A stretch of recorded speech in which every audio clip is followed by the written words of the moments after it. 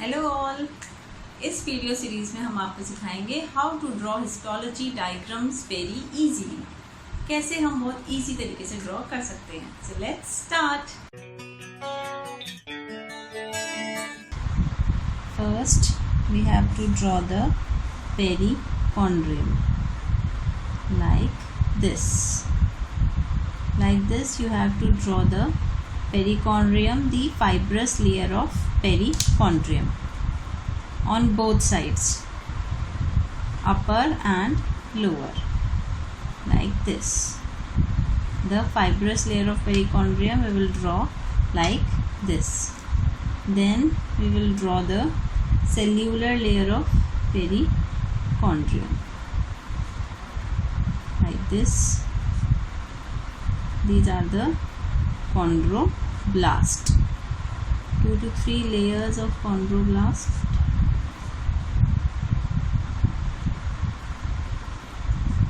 Again here also 2 to 3 layers of chondroblast.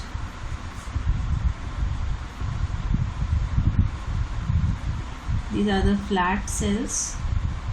Okay. Then we will draw the chondrocytes. The chondrocytes, these are arranged in groups. इस तरह से बनाने हमें groups में 2 to 3 का group होगा. ठीक है, 1 2 3 4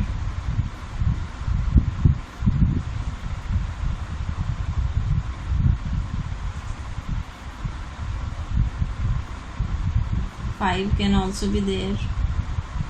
So these are the chondrocytes which are present in the matrix. Now we will draw chondrocytes. ये इसका lacuna बनाया हमने. Each chondrocyte is present in a lacuna. ठीक है, like this.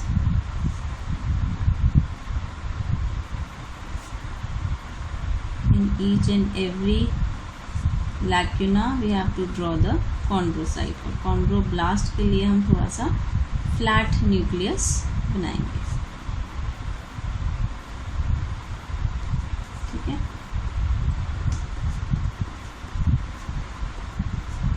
like this.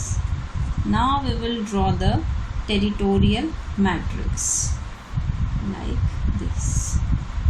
इस तरह से हमें इसकी टेरिटोरियल मैट्रिक्स बनानी है by the violet colored pencil. This is the territorial matrix. Here also this is the territorial matrix. We will draw in each and every group or cell nest. This type of matrix we will draw.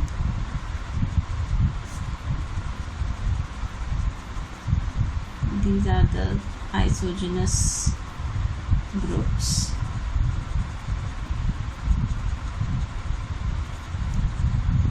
Okay, this. Now the matrix of hyaline cartilage is basophilic and it is homogeneous.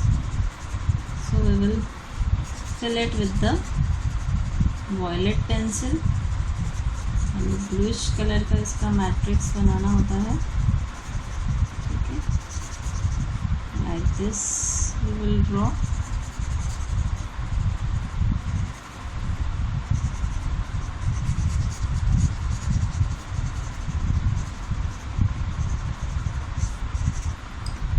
We can make it homogeneous by using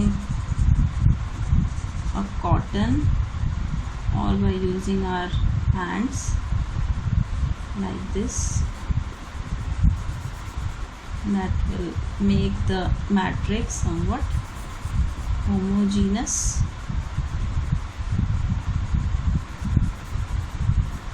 You can use cotton in place of it.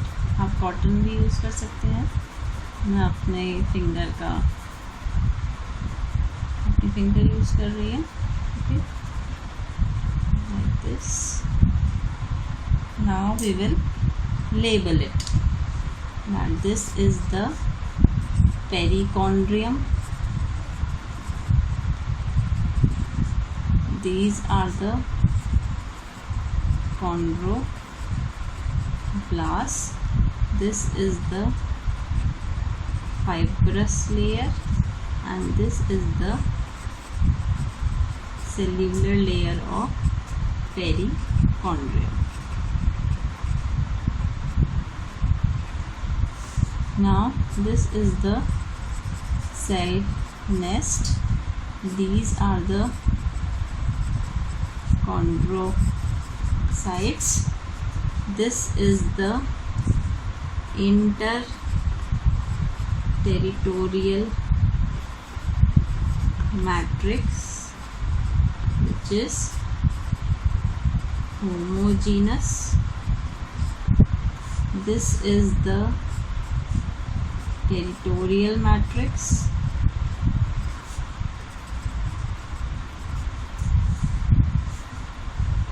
Okay, so this is the hyaline cartilage.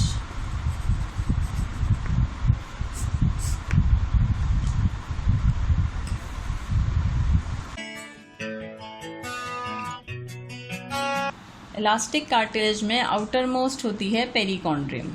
Okay, that you all know. Perichondrium में हमारी एक होती है fibrous layer. इस तरह से हम ये फाइब्रस लेयर ड्रॉ करेंगे सबसे पहले. देन उसके बाद होती है सेल्यूलर लेयर. सेल्यूलर लेयर में प्रेजेंट होते हैं कॉन्ड्रोब्लास्ट. इस तरीके से हम कॉन्ड्रोब्लास्ट जो सेल्स होती हैं, these are present in the perichondrium. ठीक है, जो कॉन्ड्रोसाइट्स का फॉर्मेशन करती है, ये कॉन्ड्रोब्लास्ट हैं. ये फाइब्रस लेयर हो गई पेरिकॉन्ड्रियम की. तो ये दोनों मिला के क्या हो जाती है, पेरिकॉन्ड्रियम.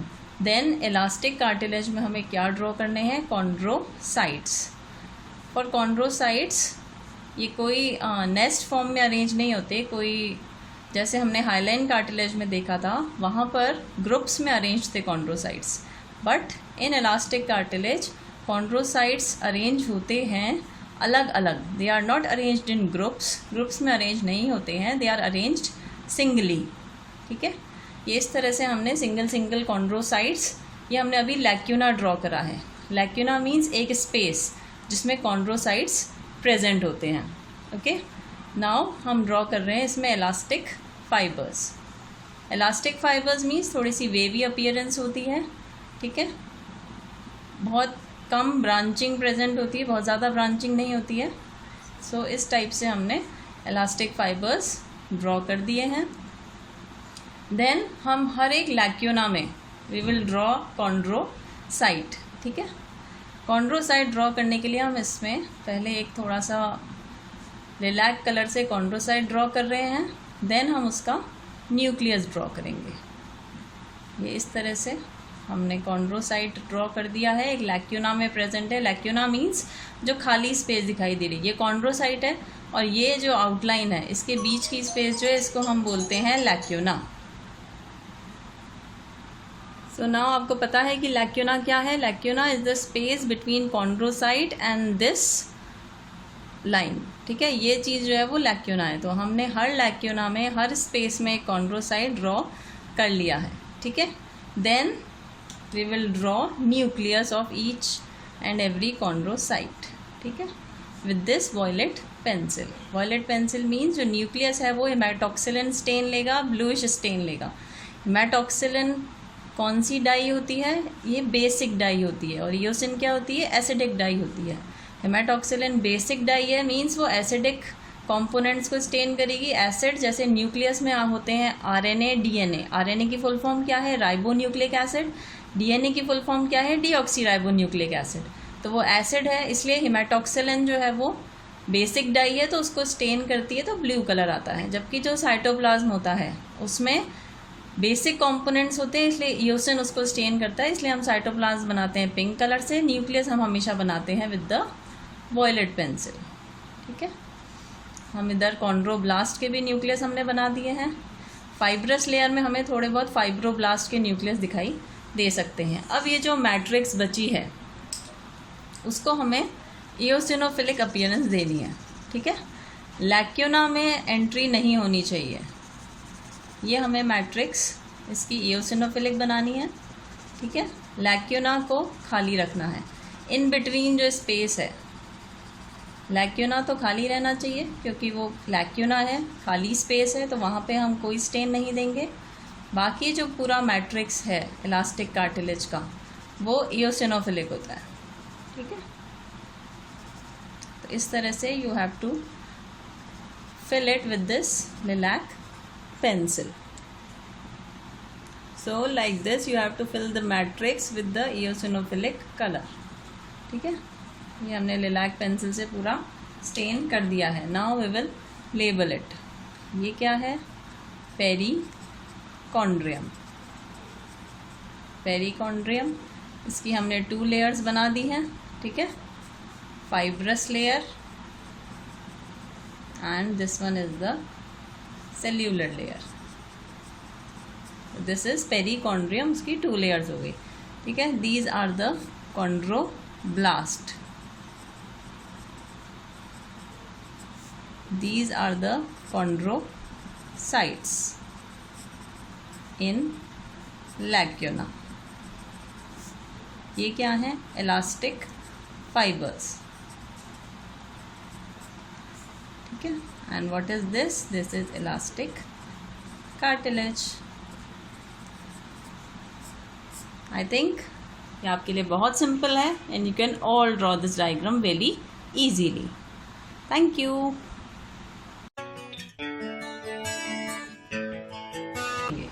फाइब्रो कार्टिलेज को ड्रॉ करना सबसे इजी है। हाईलाइन कार्टिलेज थोड़ा टफ था, इलास्टिक कार्टिलेज भी थोड़ा टफ था, but fibro cartilage most easy है क्योंकि इसमें पेरिकॉन्ड्रियम नहीं होती, ठीक है। तो हमें पेरिकॉन्ड्रियम ड्रॉ नहीं करनी, सीधा हम ड्रॉ करेंगे कॉन्ड्रोसाइट्स। इसका क्या फीचर है? Important feature that chondrocytes these are arranged in a linear pattern. इस तरह से हमने कुछ हम लीनियर पैटर्न में कॉन्ड्रोसाइट्स ड्रॉ करेंगे, लाइक दिस, ठीक है, लाइक दिस, लाइक दिस। इसके बाद जब हमने कॉन्ड्रोसाइट्स ड्रॉ कर लिए, then we will draw the collagen fibres. Collagen fibres का अरेंजमेंट, इसमें bundles of collagen fibres present होते हैं, ठीक है। फाइब्रो कार्टिलेज का नाम ही फाइब्रो है, इट मीन्स यहाँ पे फाइबर्स प्रेजेंट होंगे। और कौन से टाइप के फाइबर्स होते हैं? Collagen fibres. और कौन से टाइप का कोलाजन होता है इसमें? Type first collagen. अब जिस भी डायरेक्शन में कॉन्ड्रोसाइट्स अरेंज्ड हैं उसी डायरेक्शन में कोलाजन फाइबर्स अरेंज्ड हो जाते हैं, इस तरह से। जैसे अगर इधर कॉन्ड्रोसाइट्स हैं तो bundles of collagen fibers will be arranged like this, ठीक है।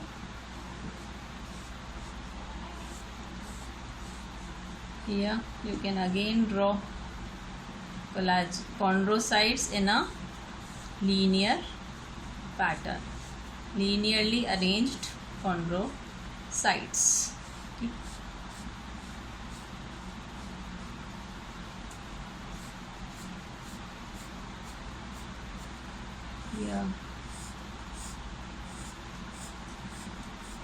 इस तरह से कॉन्ड्रोसाइट्स अरेंज्ड हैं यहाँ पर, ये बंडल्स ऑफ कोलाजन फाइबर्स के इन बिटवीन, ठीक है। यहाँ पे जैसे हम एक और 2 to 3 कॉन्ड्रोसाइट्स के लेयर बना देंगे, then we will draw the collagen fibres, ठीक है। इस तरीके से हमने bundles of collagen fibres draw कर दिए हैं and chondrocytes in between. Now we will draw the nucleus in each chondrocyte, ठीक है। इस तरह से न्यूक्लियस ड्रॉ करने हैं।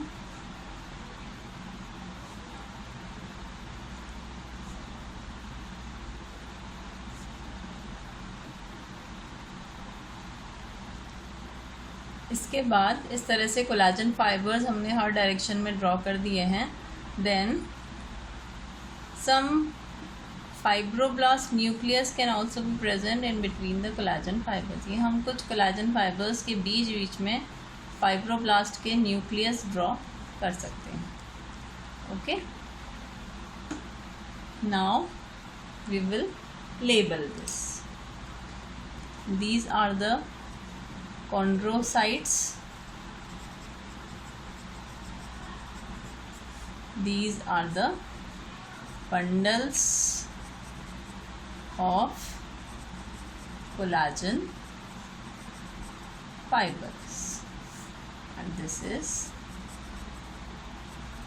fibrocartilage.